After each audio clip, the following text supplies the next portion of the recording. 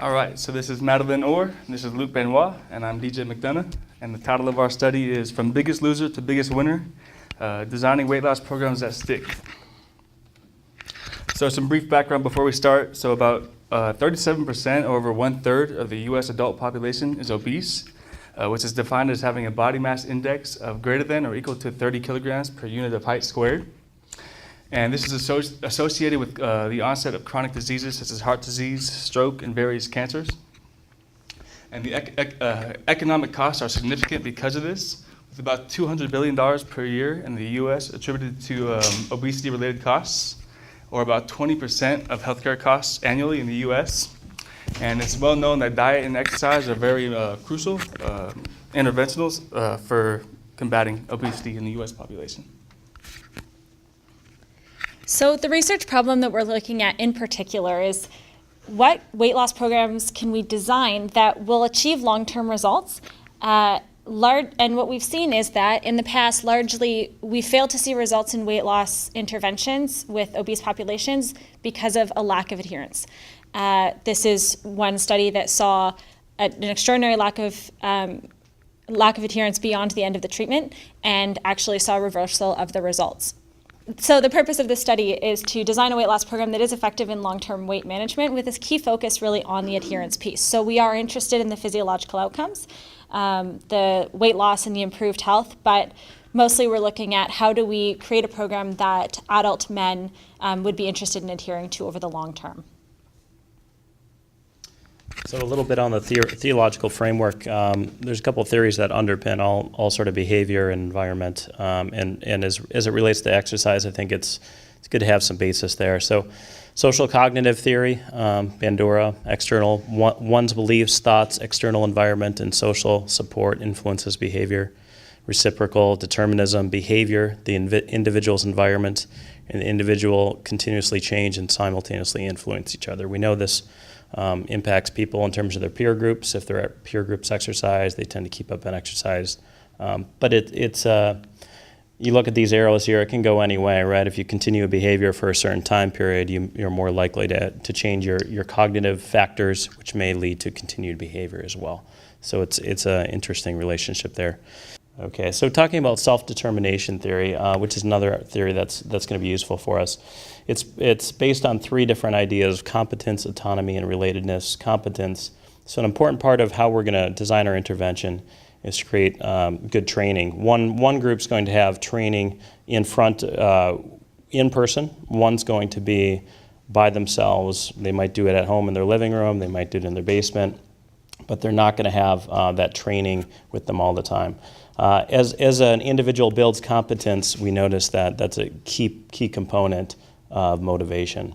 And in addition, you probably have better chance of reducing injury risks if you train your individuals correctly. So we'll get more into the training protocol later. A second piece is autonomy, and I think this is a real obvious one in terms of exercise.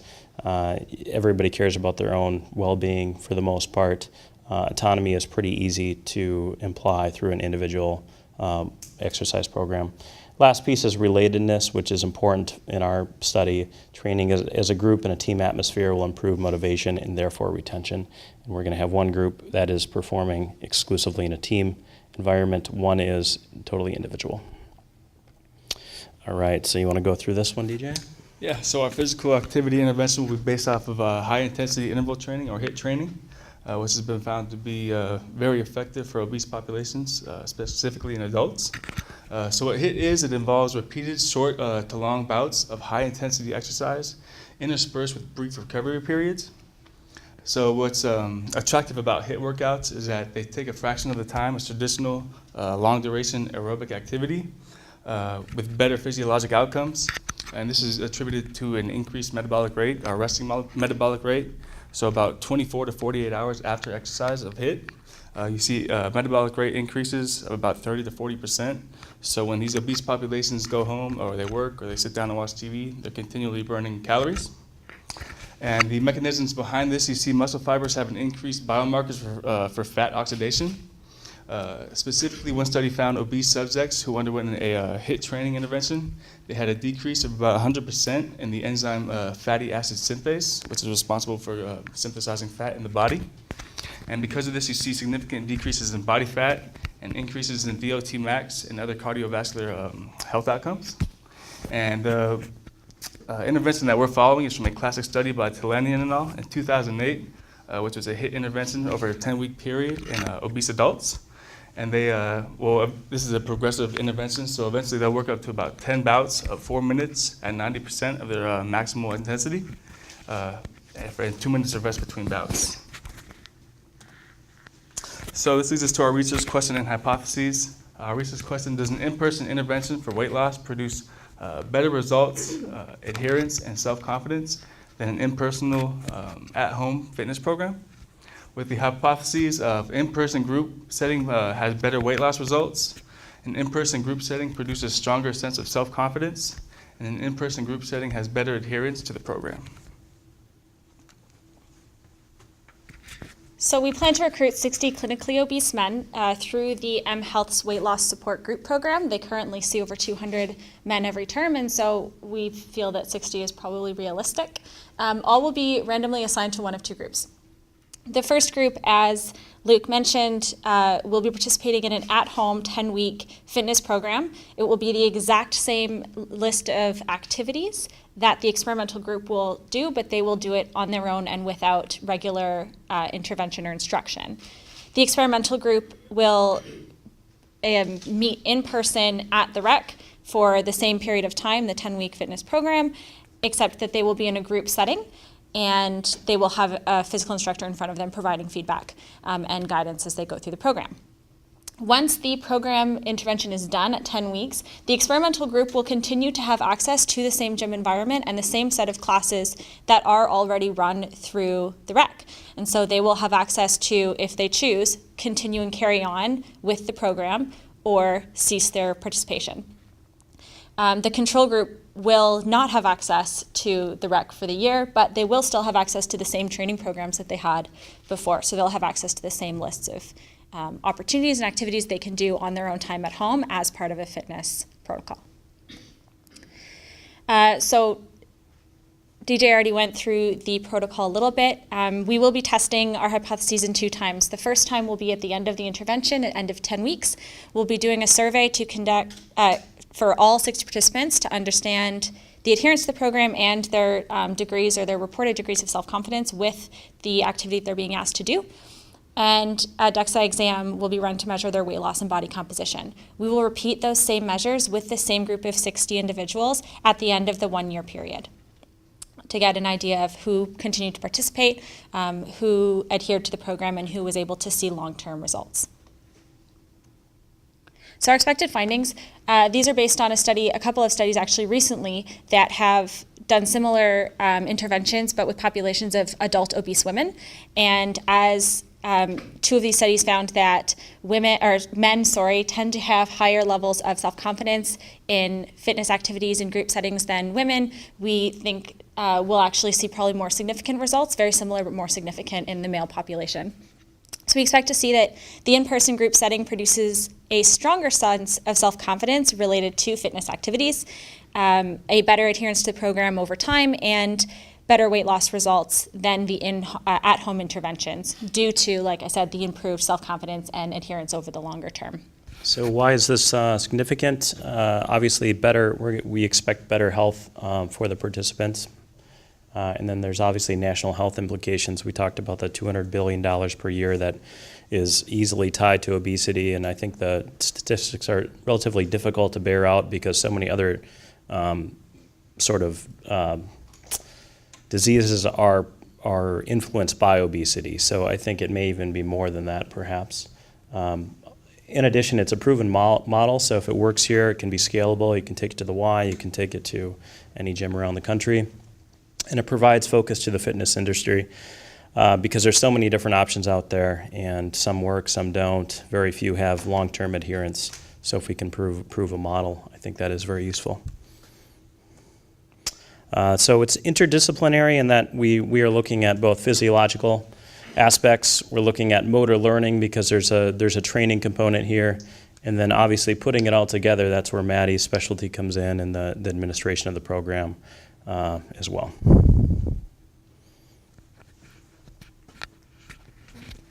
So because we're going to be working interdisciplinarity between ourselves, but also working with the Health group, we will be applying for internal funding within the University of Minnesota. Specifically, the two that we've highlighted are the Minnesota Futures Funding Program. It's a $250,000 opportunity that has to be spanned across at least 2 departments within the University of Minnesota. And specifically, each year they have an interdisciplinary graduate group research program where if you've got more than 2 programs of graduate students applying to one opportunity, you're more likely to be selected.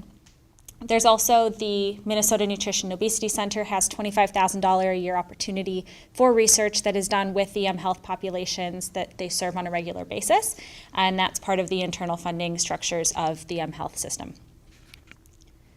So those would be our key go-tos, but we may also entertain some of the graduate funding within the graduate school.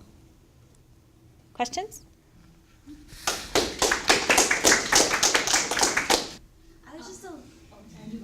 No, you go ahead. Has there been a good data to look at adherence? I know in my research world in this area, people get criticized for trying to do high intensity with people because they say that nobody will do it.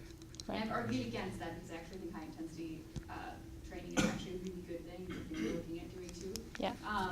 But that's sort of the pushback that I always get in terms of there's so many focus on, well, we have to do moderate intensity because that's what they're going to do. Yeah, well, that's the study that I referenced for that used HIIT in the obese population was progressive. So they started off very light on a cycloergometer, so they weren't using their body weight. So there was no load on the skeletal musculature. And they kept changing the apparatus of what they were doing, so it wasn't just cycling through the 10 weeks. They changed it up. Jumping jacks, for example, or just anything that just keep mixing it up. So they kept it fresh, and yeah. Okay, so my question. You guys kind of talked about in the beginning of it about the longitudinal values to it, and obviously it's extended out to like 5 years. So we have a 1-year weight loss program, but usually it actually takes longer to see people come back from those. Yeah. So do you guys have plans to like extend the study or come back and like, you know, catch up with them a couple years later to see if the same thing happened with them? I was just curious how you were planning on combating that since you mentioned it earlier. So the researchers over at Health tend to see the same set of patients for extended periods of time, up to generally a decade. And so if they're able to follow them, what happens with some of their research clients right now is that they catch them as students at the U, and then they'll follow them into their young adulthood, which is a great time to actually catch people and have an influence on their day-to-day behaviors into adulthood and their regular life beyond school. What we would look to do is get a catchment group that we can follow at least some of them for a longer period of time, but within the confines of the funding that we're looking at and our resources at the moment, that wouldn't be part of this project, but there would be opportunities to follow that group further, given that they are regular clients over at Health. Does that answer your question? Have you come across any literature about like a public perception for high-intensity interval training? Because I know when I talked to my parents, my mom was like, "Oh, that's a little scary," and my dad is like, "I just don't know if I want to work that hard." So have you come across anything for that? Because I think the name itself, high intensity, seems to put some people off, and it could be if there was some literature out there that showed that it actually didn't, that would be helpful to know. I've read the same thing, so I don't know. However, I think if you were to apply self-determination theory to this and educate people on what HIIT actually involves and the progressive training model where they actually start relatively moderate and then they increase to very heavy intensity, it might alleviate some of those concerns, but most of what I've read actually says the same thing, so that would be a limitation of recruitment.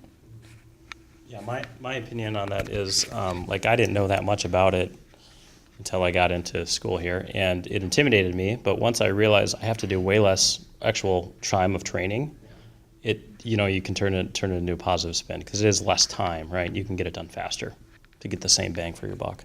So I think it could be a perception problem, could be overcome possibly. So So based on your description, control group and experimental group seems to receive defined levels of rewards from the program, defined levels of support from your study. So could you explain more about how they are defined in terms of the training they're receiving, and also just after the experiment, are they receiving the similar support, or they are essentially receiving the defined support? John? Yeah, so essentially the control group would be handed, here's the outline of the program for 10 weeks, go home and do it. And we would measure their adherence at the end with the survey and also the DEXA scan.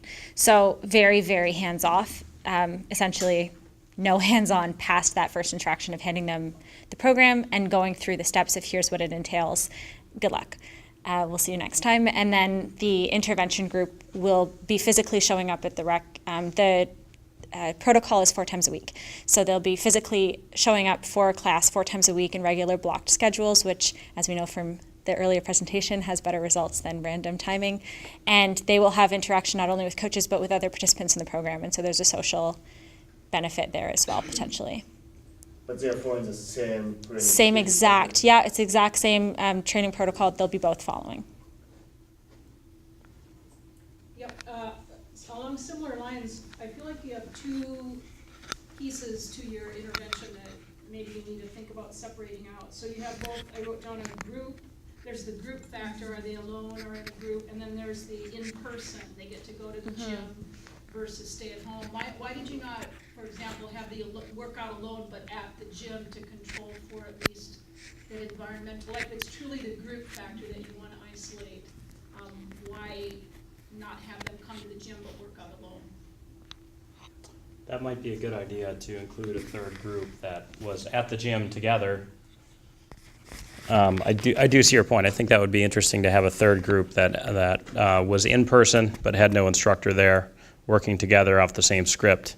That would be interesting to parse that out. So I think that is a perceived weakness. I agree. Well, it wasn't just a comment, because otherwise you conflate the facility, I get to go to the facility with the group alone. Exactly. Factor. Yeah. Second quick question, why men? We looked at 4 different studies that looked at HIIT interventions for obese populations with adult women. And so we were trying to look at what the difference would be with men compared to the women, which is also what we based most of our hypotheses on. But we also were interested in looking at, because mHealth has specific targeted programs at obesity with men, they've got 2 researchers who focus exclusively on that. We were hoping to recruit from their existing study populations, mostly as a convenience sample, honestly. Convenience, okay, Yeah. And then the first part was that we don't know enough about men yet. I also heard you say we know more about women. We in know this more case, about women, and in this because rare there's, case. and because there's, we've seen some research saying that the ways that women and men develop their self-confidence, especially in the fitness context, tends to be different, and the way that we develop skills tends to be different. Our body composition obviously is different, and so seeing how these 2 things compare an intervention for HIIT for men versus women may also produce different results. In our intervention trials, we would often get 85% just from not trying, just because they're more interested, and so that's why I think we end up knowing more about the women that tend to be more of the trial. What are some of the different ways in which men develop self-confidence in the context of fitness? Like, I'm super curious to hear about that. Yeah, so to be honest, I read 2 studies. One was a meta-analysis. I believe they had over 200 studies involved. They looked at the development of self-confidence in men in fitness facilities, and they found that there's this macho persona that is developed over time, specifically in the context of interacting with other men and when there's a competition factor involved. And so we would be removing some of the competition factor because there is no competition factor, but they may organically create that for themselves, and that might be something to parse out later. But that's kind of the big piece that I found, was there tends to be this macho mentality that develops over time, especially when they develop a cohort effect. It gets stronger. From the 2 studies, so. That's true. If you're in the gym. Yeah, I mean, anybody who goes to the gym can probably testify to that. Yeah. This is kind of a side note, but the way that Minnesota set up their work is really nice, because like all the people that want to lift really heavy are in like the basement. Far away. Drop everything, and then there's like 6 different individual